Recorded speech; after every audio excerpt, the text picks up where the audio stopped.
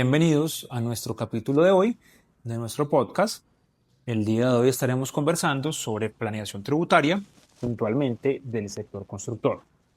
Tema muy interesante, sobre todo en estas épocas de cierre. Para comenzar, simplemente es bueno recordar que la planeación tributaria está ligada, obviamente, a la depuración del impuesto sobre la renta del artículo 26 del Estatuto Tributario. Lo que todos conocemos, ingresos ordinarios y extraordinarios del periodo, menos devoluciones, rebajas y descuentos, ingresos netos, menos los costos, renta bruta, menos deducciones, renta líquida, menos rentas exentas si las hay, renta líquida gravable, aplicándole la tarifa correspondiente hoy del 35%, impuesto básico de renta, menos descuentos tributarios, impuesto neto de renta y un nuevo concepto que se implementó a partir de la reforma 2277 del 2022, el famoso impuesto adicional derivado de la tasa mínima de tributación.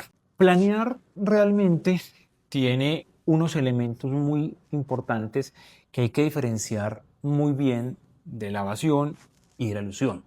Sin ser el objeto per se de esta charla, digamos que la planeación se ubica más en conceptos como economía de opción, como utilización legítima de mecanismos de diferimiento, la utilización de beneficios tributarios, la aplicación de estrategias de arbitraje o arbitramiento tributario y algo muy importante, absolutamente relevante, sin el cual ninguna planeación tributaria podrá tener éxito, y es el propósito comercial o económico real, lo que algunos denominan sustancia o materialidad. Eso jamás puede faltar. No hay planeación sin ello. E insistiremos en esto todas las veces que sea necesario. Si entendemos que esos elementos son propios de la planeación, podemos señalar entonces que la evasión, a contrario sensu, es una violación directa de la ley. La evasión implica esconder el nacimiento de una obligación. Por ejemplo, tuve un ingreso que no le reporta a la DIAN, vendí un activo, no se lo reporta a la DIAN,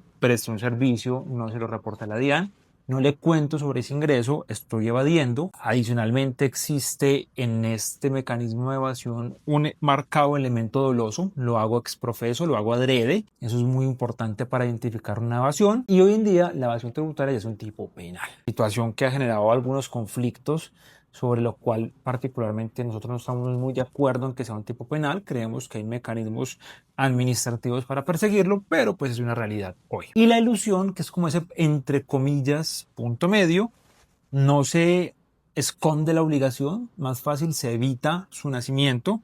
Son actos o negocios que son legítimos, son legales, pero que carecen de propósito comercial o económico real. Usualmente son operaciones simuladas o pueden ser operaciones que se encuadren dentro del abuso del derecho. Un elemento muy particular de la elusión es que la elusión se estructura a partir de mecanismos que tienen como único propósito el ahorro tributario.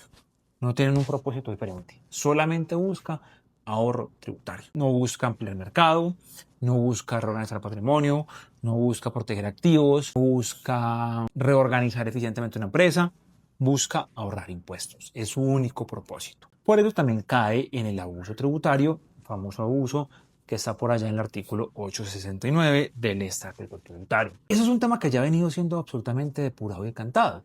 De hecho, existe jurisprudencia profusa al respecto. Para recordarla, solamente una sentencia del 6 de junio de 2024, magistrado ponente Milton Chávez García, donde en una operación de una empresa, persona jurídica, sujeto pasivo del impuesto del patrimonio 2014, tenía unas cuentas por cobrar con las sociedades, realiza una operación para que esas cuentas por cobrar en sociedades se vuelva capital, recibe acciones, las acciones se excluían de su base de renta, como pasa hoy día con la actual emergencia económica y las medidas tributarias que se acaban de tomar, todo ello con el único propósito de no pagar impuesto de patrimonio.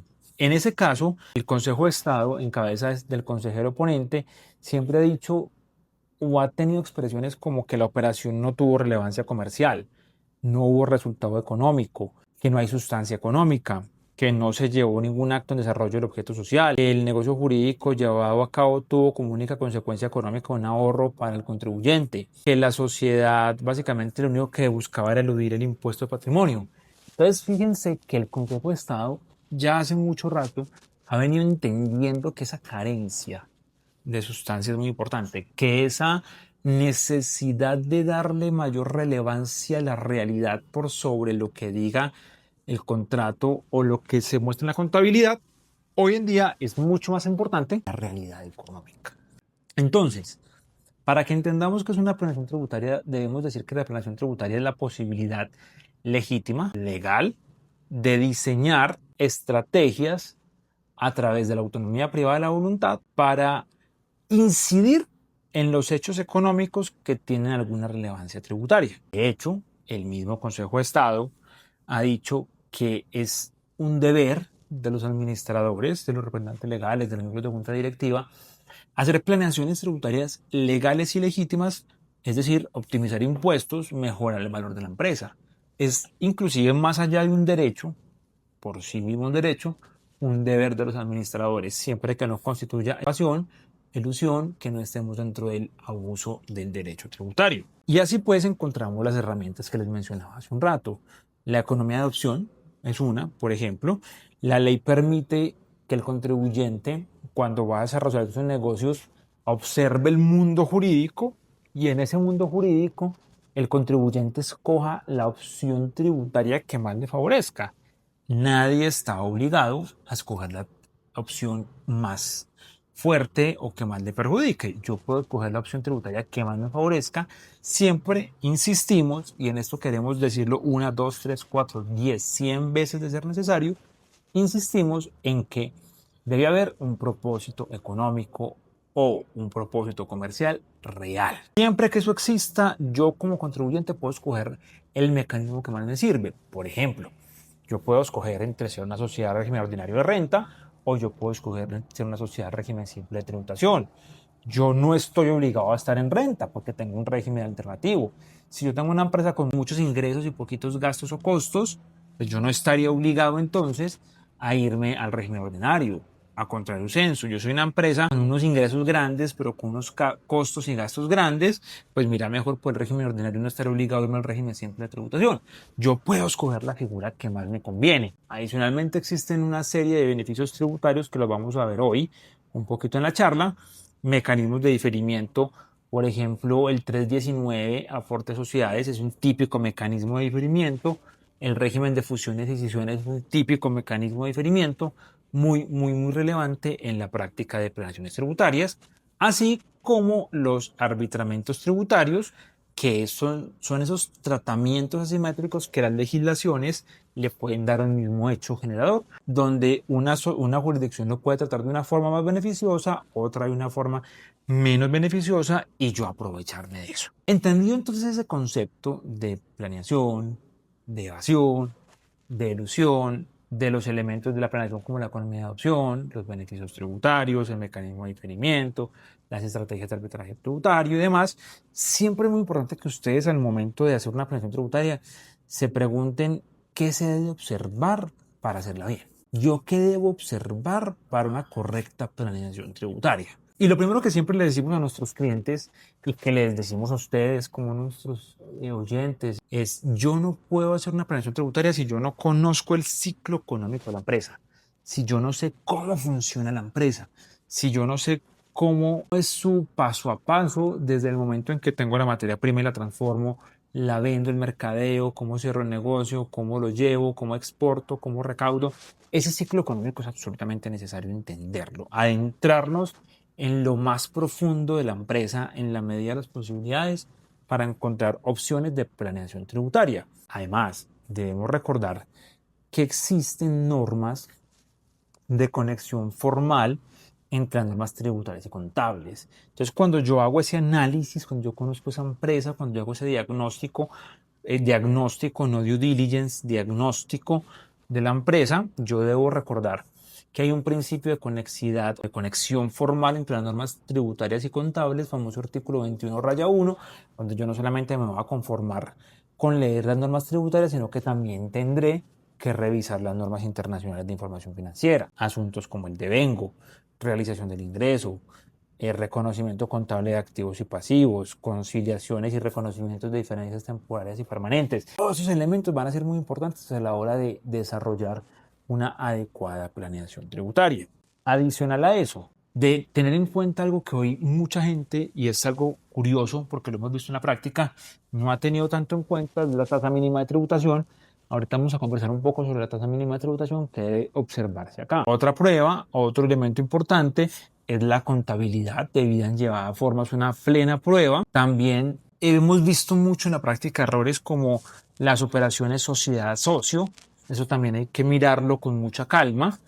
Tiene unos impactos, sobre todo en intereses presuntivos, muy fuerte.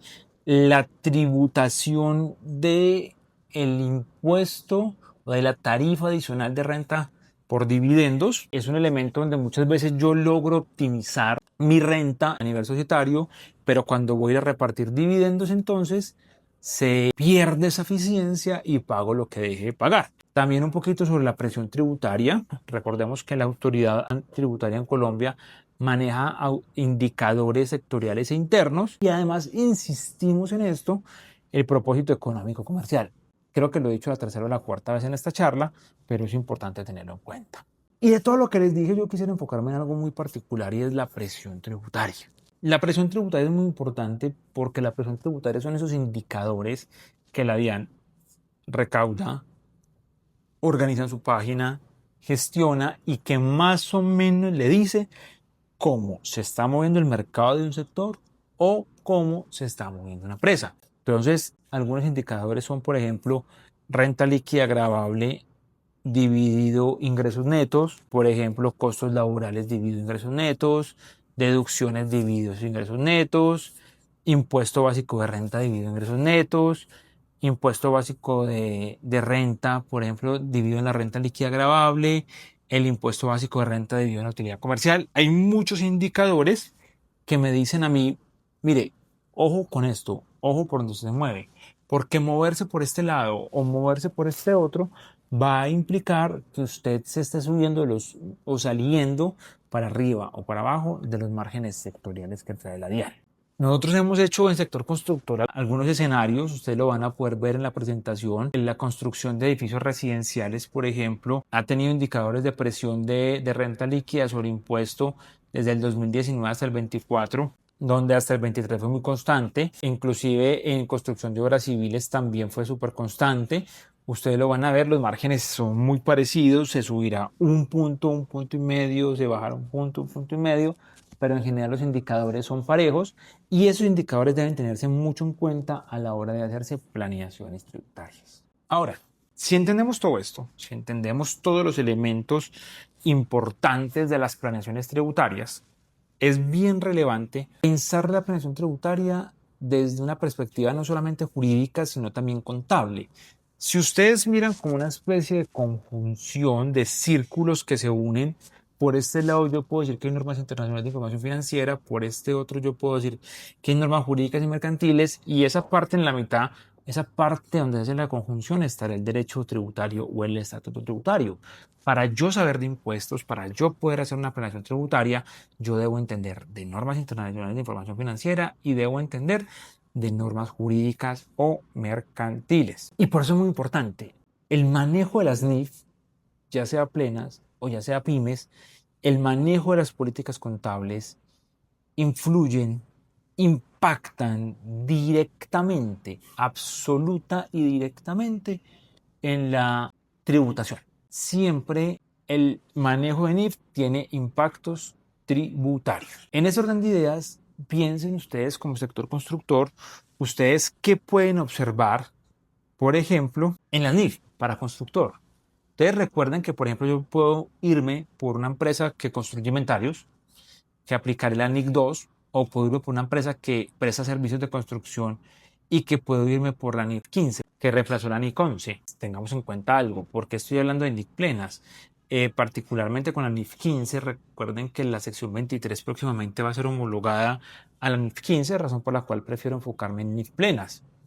En esta NIF 15, aunque no se habla expresamente de un contrato de construcción, sí reemplazan a NIC 11 y se regulan las obligaciones de desempeño que se tienen con los contratistas o con los contratantes mejor, y eso es importante tenerlo en cuenta. Entonces tenemos dos tipos de constructor generalmente: el que genera inventario o el que presta servicio.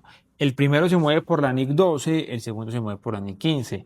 El primero se mueve en una capitalización de costos, el segundo se mueve por otras metodologías. Entonces, entendiendo esta relación NIF, normas comerciales, yo quiero que miremos algunos elementos puntualmente contables y tributarios. Pensemos, por ejemplo, en la NIF versus la tributación en el ingreso. Y pensemos o recordemos que la NIF 15 nos dice que el ingreso contable se mide o se reconoce cuando o a medida que se satisface la obligación de desempeño, y ojo con esto, mediante la transferencia del activo, y el activo se transfiere al cliente cuando el cliente obtiene el control. Nos ha pasado mucho que, por ejemplo, algunas empresas del sector constructor tienen un inventario y ya lo vendieron. La obra se retrasó por cualquier causa, en su momento por pandemia, posteriormente por estallido social, por problemas internacionales de guerra como la de Ucrania y Rusia,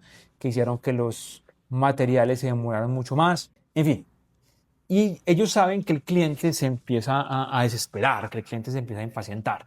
Entonces lo que hacen muchas constructoras es que cogen, le entregan al cliente sin escriturar y le hacen acta de entrega. Y eso es un error garrafal y absoluto. ¿Por qué? Porque yo en NIF 15 en ese momento debo reconocer mi ingreso contable, pero ese ingreso no va a ser tributario.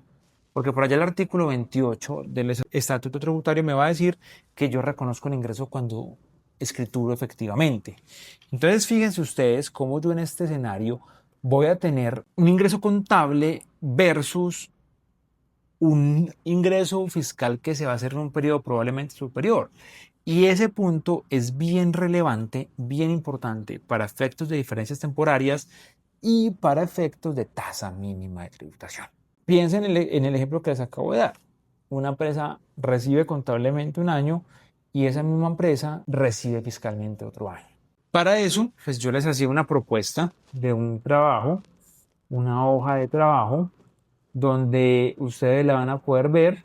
En esa hoja de trabajo yo hacía un ejercicio de una empresa que tuvo un estado de resultados casi el doble en ingresos de lo que tuvo en renta, porque básicamente tuvo ingresos contables y no fiscales, generando una diferencia temporaria, tuvo unos gastos no deducibles o unas diferencias permanentes, tuvo unos honorarios sin soporte de seguridad social, una subcapitalización, un pago en efectivo, que básicamente son diferencias permanentes, tuvo unos descuentos tributarios y tuvo unas rentas exentas. En ese orden de ideas, cuando yo voy a aplicar la tasa mínima de tributación, esa empresa que tuvo unos ingresos contables por 8.500 y unos ingresos fiscales por 4.000, va a tener que adicionar un impuesto al final del periodo de 388 millones de pesos. Y eso no es lo grave. Lo grave es que el año próximo que empiece con la respectiva escrituración, entonces va a tener que reconocer el ingreso tributario.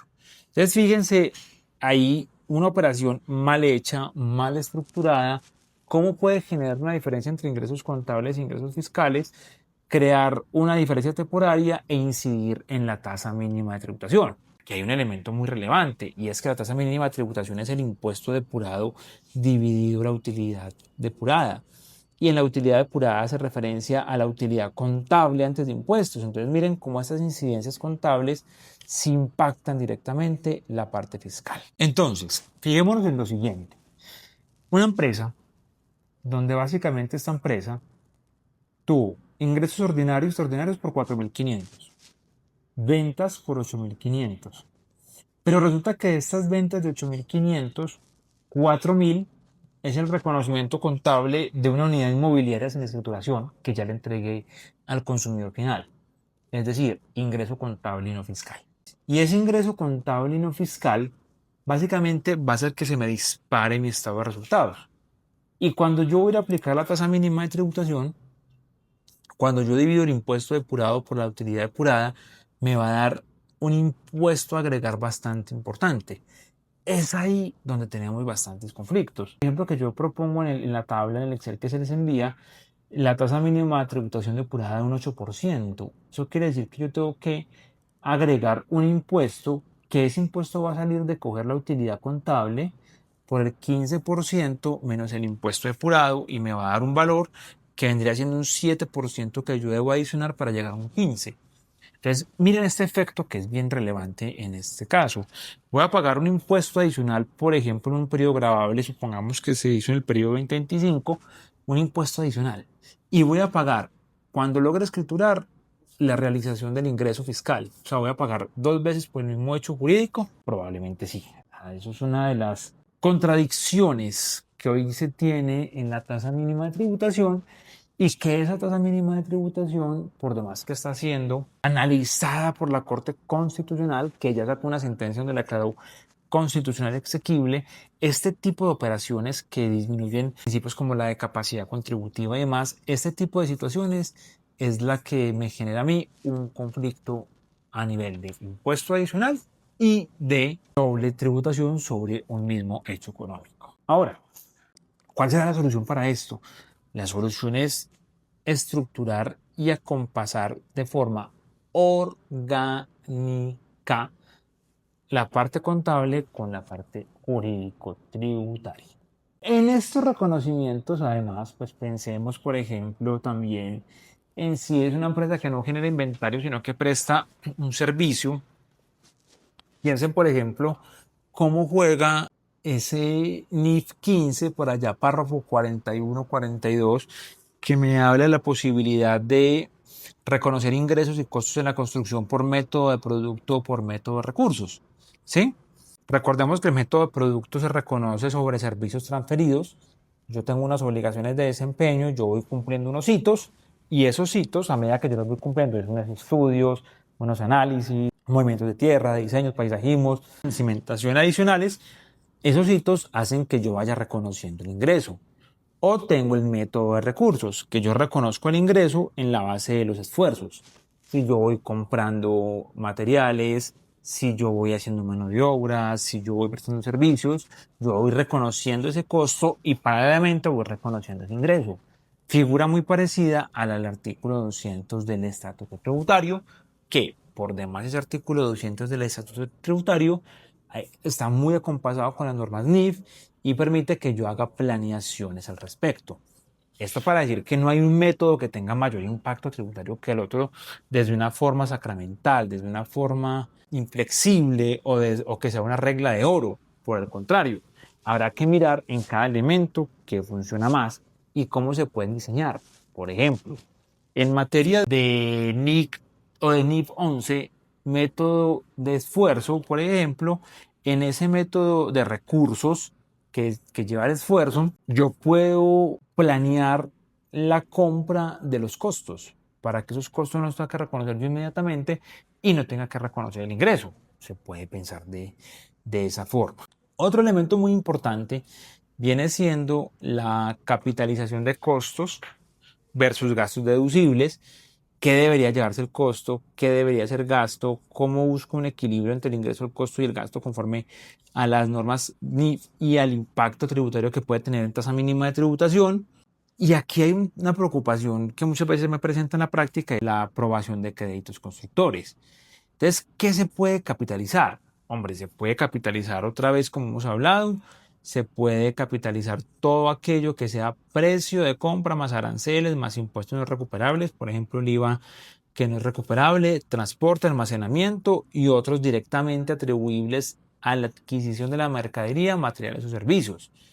Y dice, se incluirán otros costos en los costos del inventario, siempre que se hubiera incurrido en ellos para dar a los mismos su condición y ubicación actuales. Esto me abre un panorama gigantesco de qué me puedo llevar yo al costo.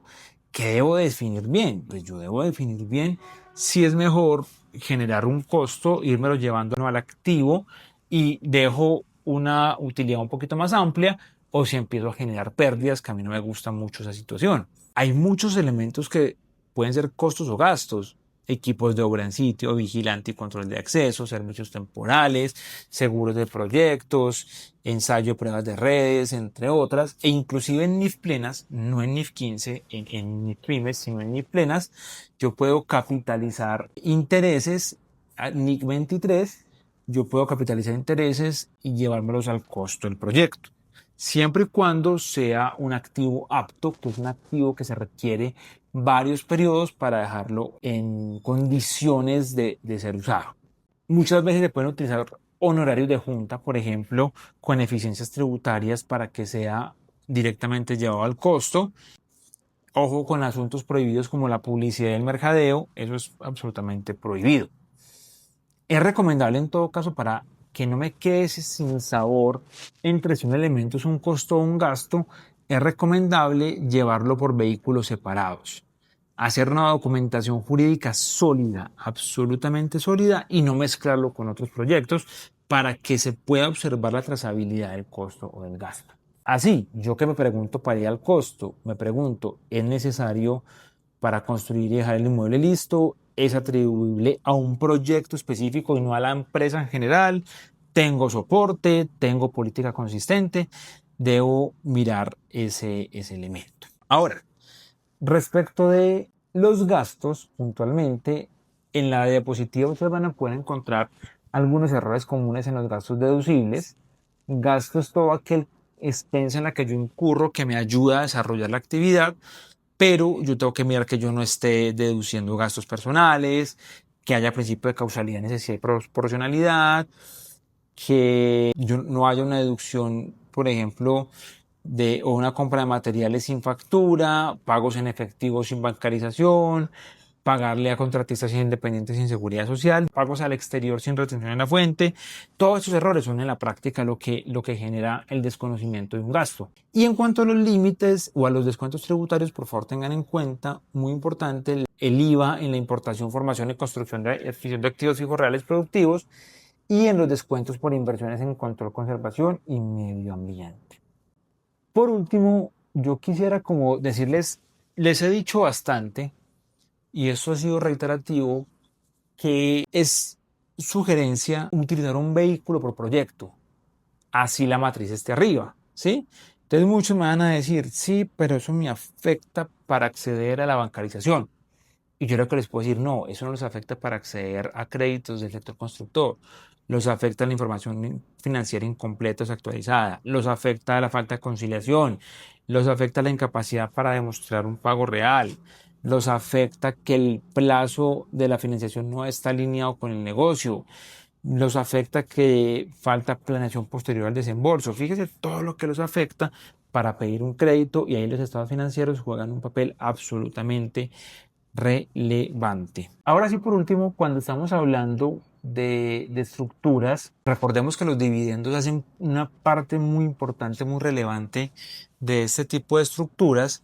Los dividendos hoy tienen un impuesto adicional sobre la renta sobre dividendos, donde básicamente las personas jurídicas, si bien no son sujeto pasivo de las personas naturales sí lo son, tienen una retención del 10%, es una retención que siempre ha sido absolutamente criticada. Es una retención muy rara, y recordemos que hay algunos elementos muy preocupantes como en las rentas exentas, donde existe el famoso impuesto de recaptura, donde al depurar ese artículo 49, lo que yo no pagué por renta exenta lo termino pagando en el momento en que se distribuyen los dividendos.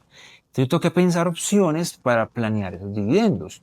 Acogerse, por ejemplo, al régimen CHC, distribuir dividendos en grupos empresariales, son figuras que me permitan a mí tener ese beneficio tributario, sobre todo con el impuesto de recaptura. Eso sí, siempre y cuando exista propósito económico o propósito comercial real, absolutamente real. Muchas veces yo les recomiendo a mis clientes que cuando tengan excesos de liquidez tengan holding por fuera del país. Esto a grandes rasgos, para hablar un poco de la planeación del sector constructor, a rasgos muy grandes, muy generales. Hay un montón de particularidades. Esto tiene de largo, esto tiene de ancho, pero es el tema que yo creo que hoy por lo menos nos hace un abrebocas de lo que estábamos esperando, o de un tema de planeación tributaria.